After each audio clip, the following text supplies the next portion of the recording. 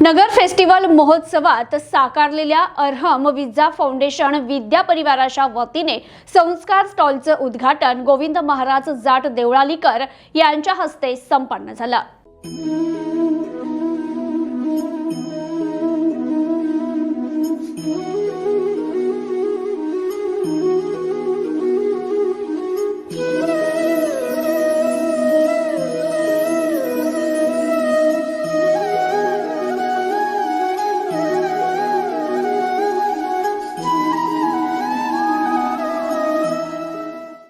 संस्काराने माणसाचा स्वभाव बदलता येत असतो।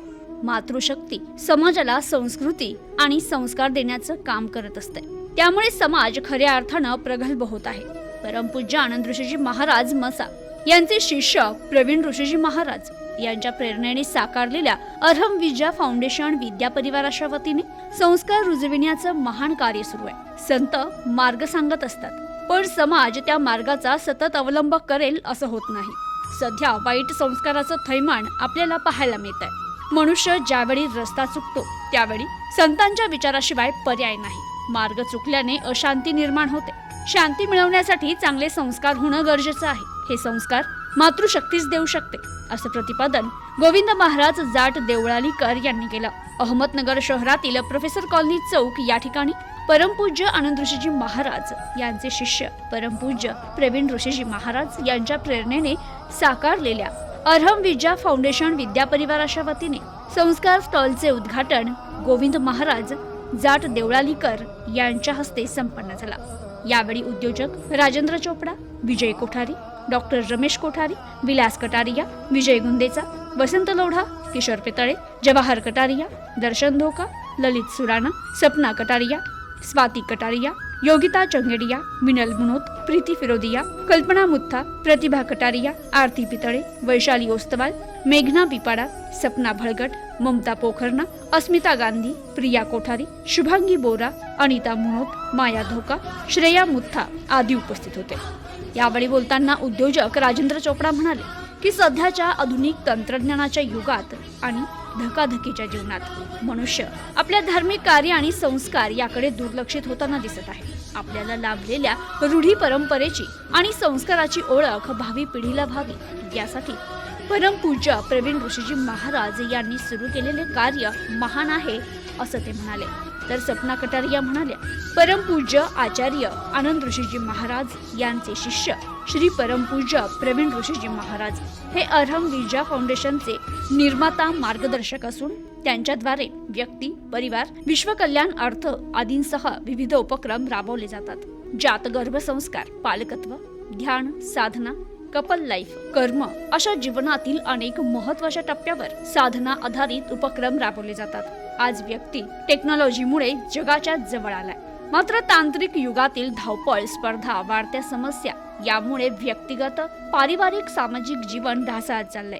आजचे शालेय शिक्षण रोजगार उपलब्ध करून देण्याचं शिक्षण देते, परंतु जीवन जगण्याचं शिक्षण न मिळाल्याने डॉक्टर, कलेक्टर, इंजिनियर होऊन देखील आत्महत्या करत आहे, नैराश्यपूर्ण जीवन जगत आहे, सर्व जाती संबंध ढासळत चालले आहे। अशा वेळी या साधना जीवनाच्या विविध टप्प्यांवर व्यक्ती आणि परिवाराला अमूल्य परिवर्तन करतात, पूर्ण जीवन जगण्याची पद्धत बदलून जाते। अशा या महत्त्वपूर्ण साधनांचे मार्गदर्शक नगर शहरात कार्यरत आहे। त्यांच्या मार्फत या सर्व साधनांची माहिती नगरकरांना मिळावी, नगरकरांनी या साधनाचा जास्तीत जास्त लाभ घ्यावा याच उद्देशाने नगर शॉपिंग फेस्टिवल मध्ये स्टॉल नगरकरांसाठी खुला करण्यात आलाय, तरी नगरकरांनी आवश्यक भेट द्यावी असं त्या म्हणाल्या।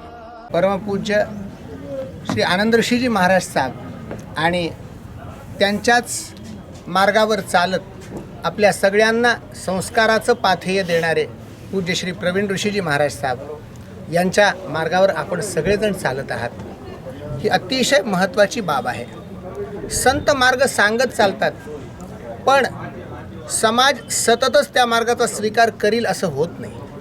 आणि आज आपल्याला सगळीकडे जे दुःसंस्काराचं थैमान दिसतं आहे त्याचा हा परिणाम आहे। म्हणून ज्यावेळी मनुष्याला आपण चुकलो आहोत, रस्ता चुकलो आहोत, आपल्याला आपल्या घरी परत यायचं आहे असं वाटेल, तेव्हा संतांचं बोट धरण्याशिवाय दुसरा पर्याय या जगात दुसरा कोणताही नाही। हे पक्क लक्षात ठेवलं पाहिजे. आणि चुकणं म्हणजे काय? अशांती.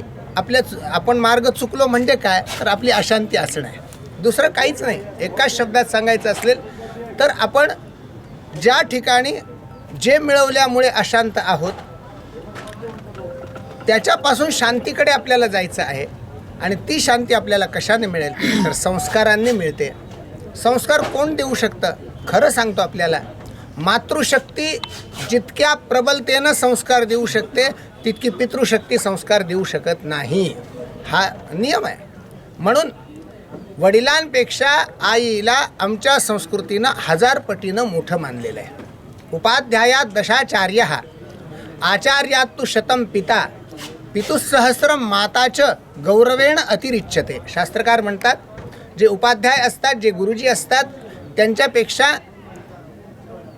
10 पटीनं आचार्य सिद्ध आहेत, आचार्य मोठे आहेत. आचार्य म्हणजे आपले आपण ज्यांच्याकडून गुरुमंत्र घेतला ते.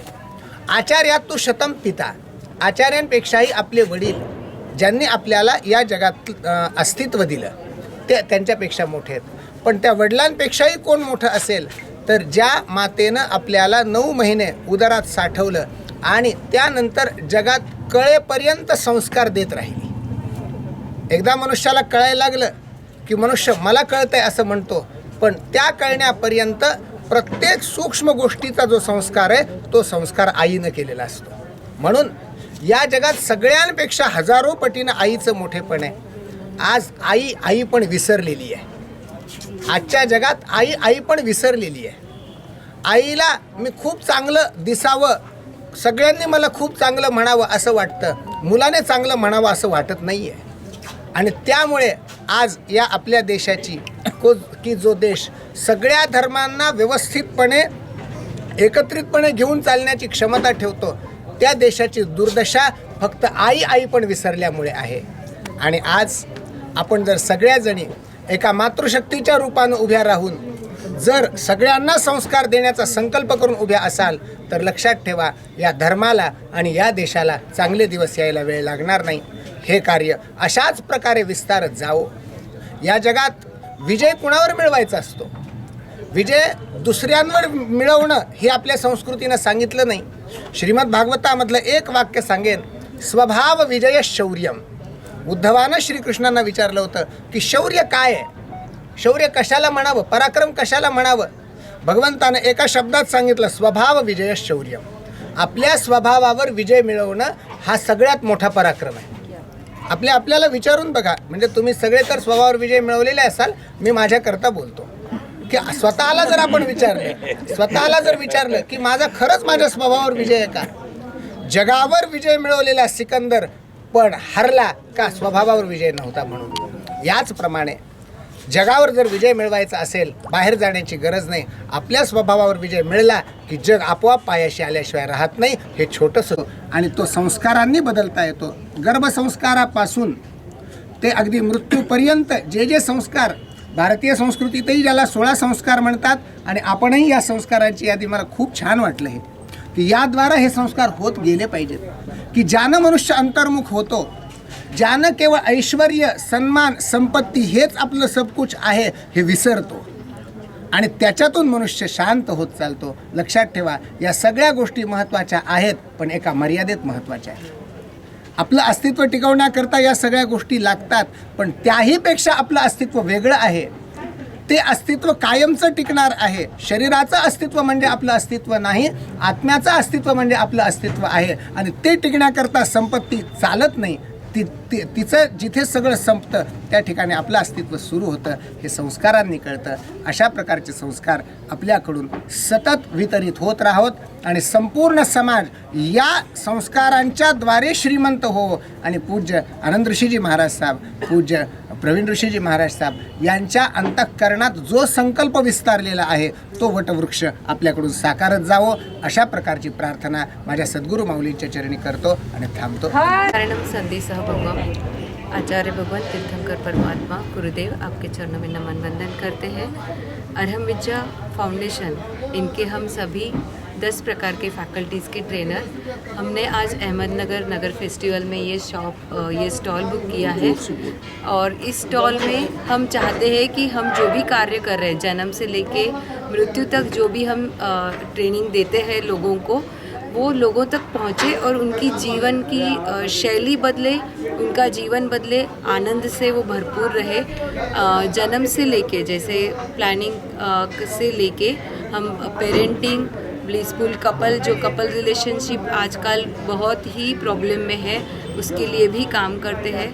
गोविंद जी महाराज यहाँ पे अभी आए थे इस प्रोग्राम के ओपनिंग के लिए। उन्होंने बहुत सुंदर से शुभ आशीष हमको दिए। 5000 ट्रेनर आज हम पूरे भारत में और भारत के बाहर भी सभी काम कर रहे हैं। 2025 में उपाध्याय श्री प्रवीण ऋषि जी महाराज जो हमें ट्रेनिंग देते हैं, अरहम विद्या फाउंडेशन के प्रणेता है, आचार्य भगवंत के लाडले शिष्य है, उनसे हमें ये ट्रेनिंग मिलती है और उनका सपना है कि 2025 में 25,000 ट्रेनर बनेंगे। ये ट्रेनर 25,000 से ज़्यादा बनेंगे, ये पक्का है। 2025 में अहमदनगर में इनका चातुर्मास होने वाला है और हम सभी अलग अलग इन फैकल्टीज़ का हमारे जीवन में ज़रूर उपयोग करें। हम जिस भी मोड़ पे हैं, जिस भी टर्निंग पॉइंट पे है, जिस भी पड़ाव पे ऊपर है, जिस भी एज ग्रुप में है, जैन है, जैनेतर है, जो भी है, हम मनुष्य है, बस हमें अरहम विद्या हमारे जीवन में लानी है, इसका सहारा अपने जीवन में लेना ही है और इस आध्यात्मिक आर्मी से जुड़कर हमारे परिवार को और देश विश्व को कल्याणमय बनाने का ये सपना गुरुदेव का साकार करने के लिए हम सभी कार्यरत हैं।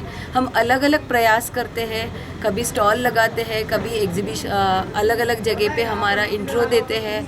तो कई सारे प्रयास जो भी हमारे सामने आता है। हमने पिछले मई में 21 मई को वर्ल्ड मेडिटेशन डे भी सेलिब्रेट किया था और इस बार भी ज़रूर करने वाले हैं। और इस बार का जो वर्ल्ड मेडिटेशन डे है वो सेकेंड बार होगा, तो इसमें 100% बहुत ज़्यादा अपडेशंस रहेंगे। जो भी इनमें सहभागी होना चाहेगा ज़रूर हो और अध्यात्म के इस एनर्जी को अपने जीवन में उतार कर अपने जीवन को बहुत खुशियों से भरे और सबके जीवन को आशीर्वाद दे और अपने जीवन को भी।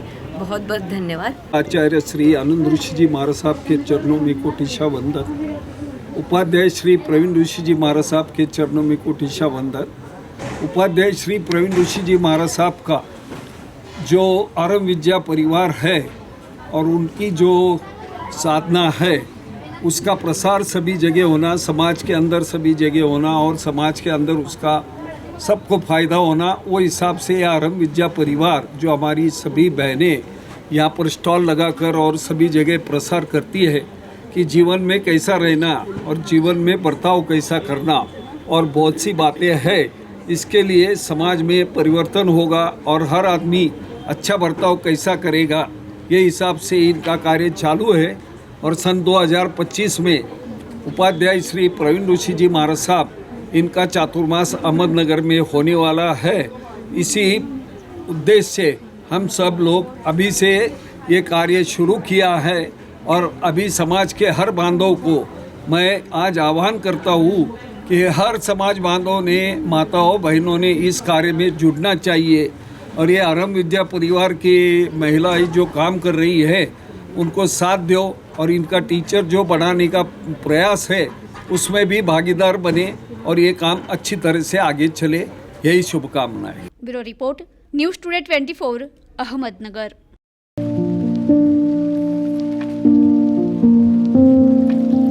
तुम्हाला जर इतरांपेक्षा वेगळं फर्निचर करायचं असेल किंवा त्यातही प्युअर सागवानीच हवं असेल तर तुम्हाला एक नाव सुचवतो। कोणतं? पित्रोडा फर्निचर, जिथं प्युअर सागवानी लाकडामध्ये देवघर, dining set, teapoy, office chair तसंच कपाट, bed, sofa set, computer table आणि इतरही फर्निचर उपलब्ध। तसंच बजाज फायनान्स वर फर्निचर उपलब्ध। Pitroda furniture, new Tilak road, Ahmednagar.